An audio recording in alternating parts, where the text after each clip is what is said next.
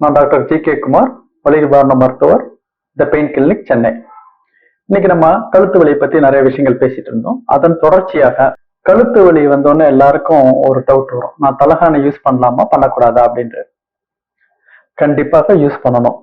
எப்படி படுக்கணும்னு பார்த்தா சைட்ல படுக்கிறது பெட்ரு, மல்லாக்க படுக்கிறதோட ஒரு பக்கமா திரும்பி படுத்துக்கிறது பெட்ரு.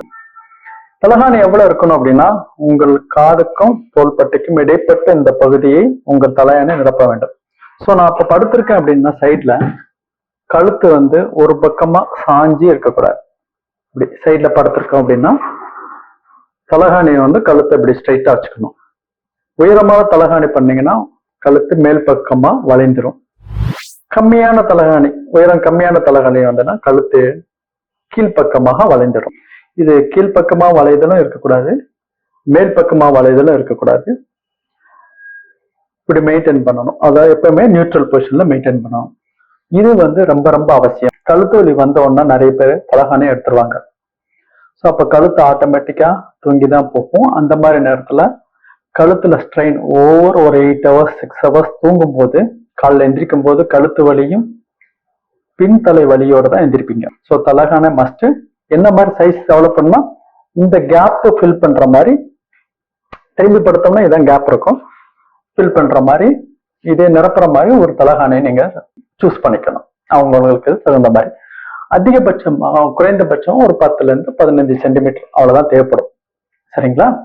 இது நான் ஒரு அப்ராக்சிமேட்டா சொல்றேன், உங்களுக்கு அவங்களுக்கு கரெக்டா சூஸ் பண்ணிக்கலாம். தலகாணி மாஸ்டர்.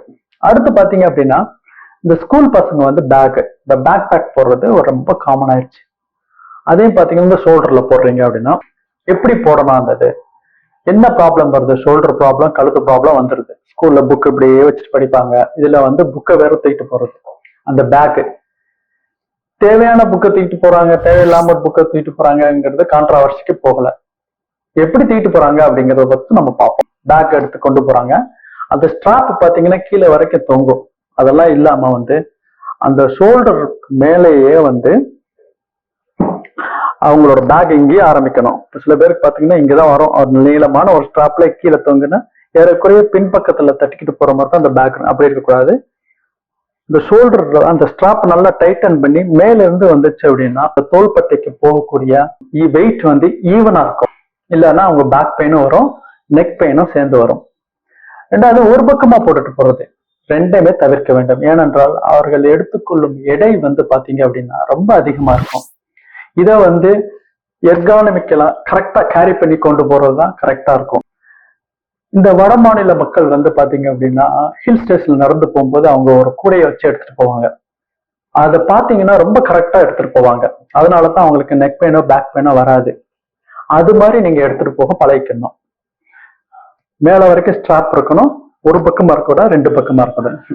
இந்த ரெண்டுமே சரியான தலகாணியை நம்ம யூஸ் பண்ணமோ, தேவையான நோட் புத்தகங்களை கரெக்டான பேக்ல கரெக்டான அளவு கரெக்டான முறையில எடுத்துட்டு போனாலும் இந்த கழுத்து வலி, தோள்பட்டை வலிகளை சம்பந்தப்பட்டிருந்து நம்ம தப்பித்துக் கொள்ளலாம். நன்றி, வணக்கம்.